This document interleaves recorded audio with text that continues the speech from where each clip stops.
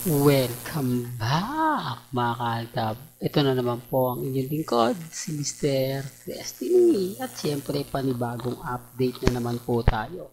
Panibagong kaganapan po ngayon sa social media mga kaaldab.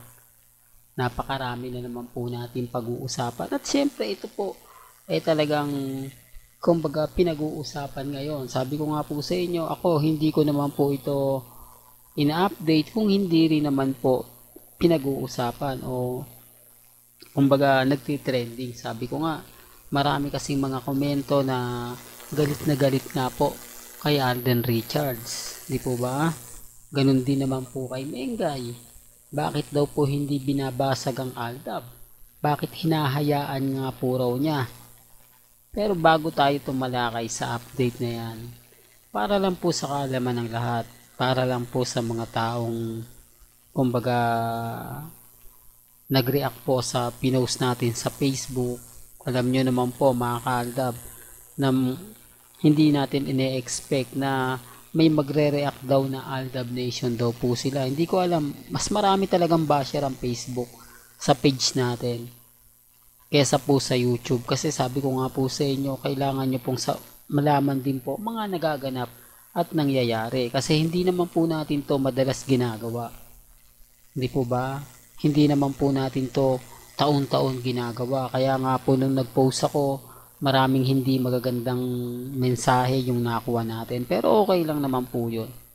May kanya-kanya naman pong pananaw. Sabi ko nga po sa inyo, mas masakit pa nga po yung sinasabi ng iba na sa mga basher natin kaysa sa kapwa Aldab Nation. Nakakalungkot lang po kasi.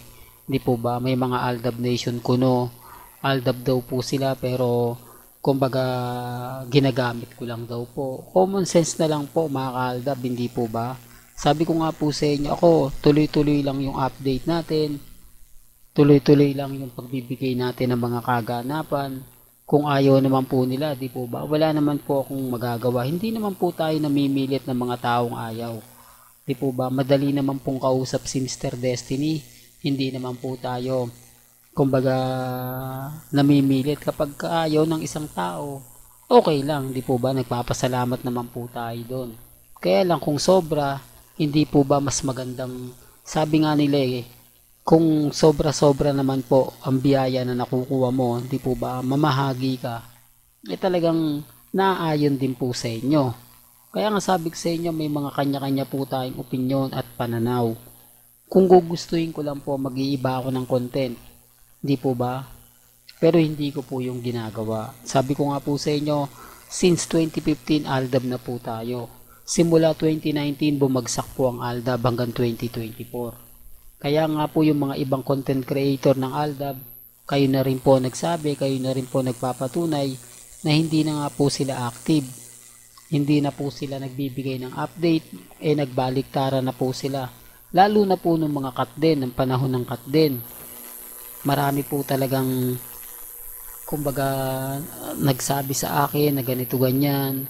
Kasi yung Armin kaya ko pa Hindi po ba? Hindi naman kasi madalas magbigay ng update sila Mengay at si Congressman Arjo. Kaya nga po sinabi nila na hindi magpalit ka na. Hindi nga po nila ako napilit Pero ang pinakamatindi nga po yung cut din. Dahil sunod-sunod, pati nga po di po ba nagpagawa sila ng mga banner, nagpagawa ng cup, nagpagawa ng mga t-shirt, para lang po talaga kapag pupunta po sila sa sinihan na andun si Alden, makikita at makikita po ni Alden Richards yung effort na ginawa po nila.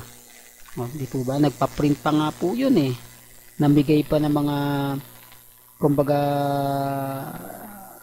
nasa dulo ng dila natin mga kaaldab. Hindi po, pero okay lang po yan. Sabi ko nga po sa inyo, yung mga ginagawa po nila, nire-respeto ko naman po yun at ginagalang. Depende na lang po sa paniniwala po nila. Pero ang masakit nga po ron, kapwa Aldab Nation natin. Ulitin ko, hindi po natin yung ginagawa. May nagsabi lang po, i-sponsor din po siya. Kaya ako nasabi, yung venue na kung saan nga po talagang maganda. At po pwede nyo naman pong tawagan, po pwede naman pong kumontak. Di po ba? Pero okay lang po yan mga kaaldab. Well, punta na po tayo sa ating pinaka main topic. Binabash ngayon si Alden Richards ng mga tao po. Ang ibig kong sabihin, binabash si Alden Richards ng mga fans ngayon ng Katden. Ito'y isinaliwalat po sa Christopher Min. Sabi ko nga po sa inyo, hindi ako nanonood yan eh. Kumbaga alam ko, pang babash lang po yan eh. Gusto ko lang po iparinig sa inyo na ganito po yung mga reaction po nila. Puro paninira po para kay Alden Richards. Lahat po ng mga komento, lahat po ng mga pahayag na sinasabi po nila, doon po nang gagaling. Kaya nga po, paunti-unti, hindi daw nila tatangkilikin yung pelikula ni Alden, Out of Order, dahil ang katandem nga po daw nyo yun, si Heaven Paraleo, hindi daw yan magkiklik at hindi daw nila susuportahan yung bagong show ni Alden Richards sa GMA Kapuso. Yung tipong nananakot sila, yung tipong kailangan magpakilig ni Alden para sa kanila. Kasi syempre mga kaldab, kaya lang naman to nag-trending o pinag-usapan sa US hindi po ba? Pumunta si Alden sa US, alam nyo naman po sa Canada, napakaraming cut din dyan. Kasi dyan nga sinuting halos almost isang buwan po sina Alden Richards at si Catherine dyan. Kaya mas marami po talagang tao ang kumbaga nagamit nila para panoorin, para tangkilikin yung pelikula ni na Alden at ni Catherine dyan sa Canada. Kaya hindi nyo mayaalis po mga kaldab na maraming mangiinsulto, kung ano-ano yung sasabihin. Ganyan po sila kabiter. Pero sa Aldab, never naman po natin ginawa yan, di po ba? Never naman po tayong nag-react ng katulad po nila. Never naman tayong nang bash, ng gaya po ng malulupit na pinapahayag nila. Kaya nga sabi ko sa inyo, ako, sa dami po ng mga nakukuha kong impormasyon, kahit kaliwat kanan po ng mga update natin, sinasabi nilang hindi, tumuto ka lang sa ganito, tumuto ka lang sa ganyan. Gusto ko lang po maging aware din po kayo.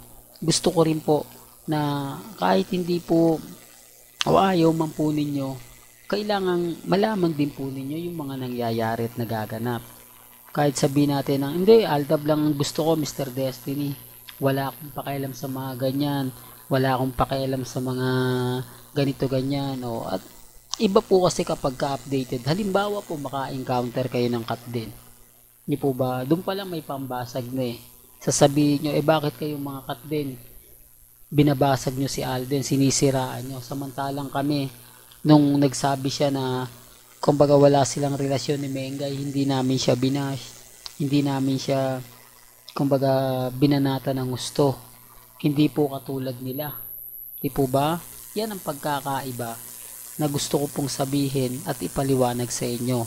Ang Aldab Nation naandyan lang, nag-aantay lang ng tamang panahon. Pero kumbaga antay-antay lang po tayo mga ka-Aldab. Ako nga rin po naiinip na pero maging matatag lang po kayo, maging kampante kasi darating din po yung hinihintay natin. Darating din po yung inaasahan po natin. Ito po ang muling pagbabalik ng Aldab Nation. Hanggang dito na lang po ang ating latest updates. Kaya kung gusto nyo pa po ng pinaka-latest at sariwang update, abay tumutok lang po kayo dito po sa channel ni Mr. Destiny para updated po kayo sa mga bago at sa mga latest na i-upload po natin maya-maya lang. Kaya kung bago ka lang sa channel na to at isa kang true-blooded Aldab Nation na nagmamahal kina Mengay at Tisoy, tama po ang channel na pinuntahan mo, kaya consider na po kitang bagong subscriber. At huwag mong kalimutang i-share ang mga video po natin sa mga mami, sa mga titas at sa mga senyor. Hanggang sa muli, salamat po sa panonood at pakikinig.